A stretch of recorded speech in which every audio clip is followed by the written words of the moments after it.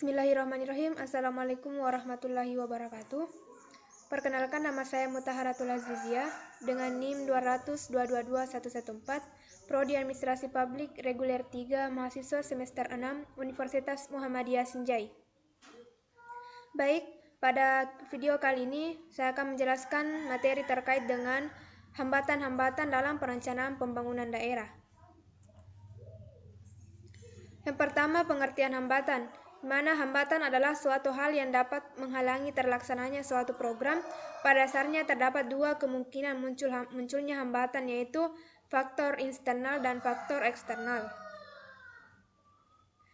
Kemudian, perencanaan pembangunan daerah itu sendiri adalah suatu proses penyusunan tahapan-tahapan kegiatan yang melibatkan berbagai unsur pemangku kepentingan di dalamnya, guna pemanfaatan dan pengalokasian sumber daya yang ada dalam rangka meningkatkan kesejahteraan sosial dalam suatu lingkungan wilayah atau daerah dalam jangka waktu yang panjang.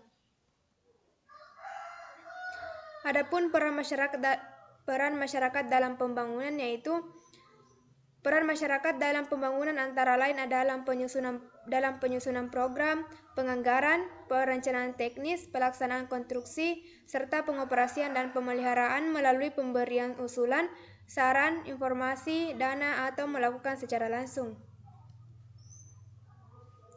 Nah, dalam melakukan perencanaan, beberapa kendala-kendala ketika kita melakukan suatu perencanaan, yang dimana kendala tersebut yaitu yang pertama, ketidakmampuan membuat rencana atau rencana yang tidak cukup baik. Kemudian yang kedua, kurangnya komitmen dalam proses pembuatan rencana. Ketiga, lemahnya informasi. Keempat, terlalu berfokus pada masa kini. Kemudian yang kelima, terlalu mengandalkan diri pada unit atau bagian perencanaan.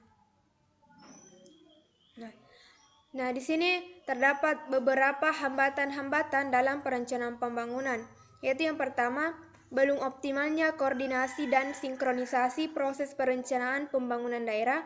Kemudian yang kedua, belum efektifnya pengendalian dan evaluasi kebijakan pembangunan daerah.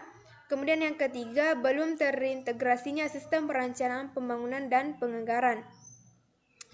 Selanjutnya yang keempat, yaitu belum optimalnya pengelolaan dan pemanfaatan data pembangunan. Yang kelima, rendahnya kapasitas sumber daya perencanaan pembangunan. Kemudian yang keenam, yaitu rendahnya inovasi daerah.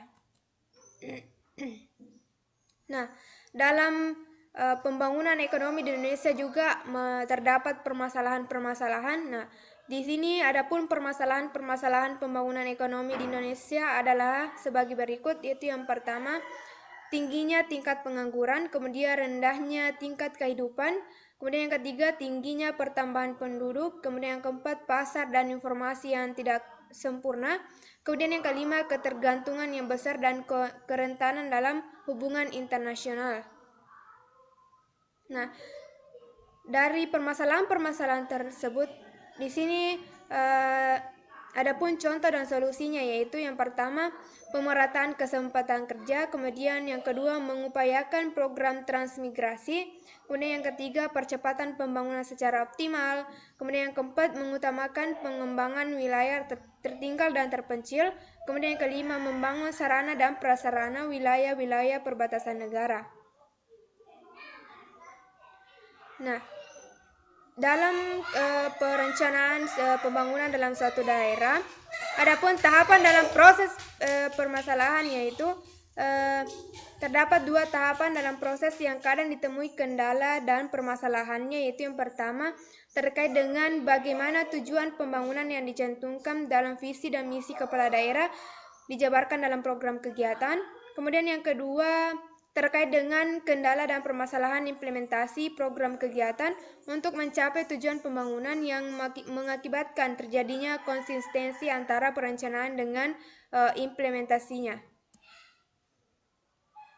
Nah, kendala dan permasalahan tersebut di atas tidak terlepas dari bagaimana proses kebijakan publik dirumuskan dengan keterlibatan banyak pihak sesuai dengan kapasitas dan kepentingan masing-masing pihak. Baik, itulah tadi materi terkait dengan hambatan-hambatan dalam perencanaan pembangunan daerah. Cukup sekian, lebih dan kurangnya mohon dimaafkan. Billahi fisabilil haq fastabiqul khairat.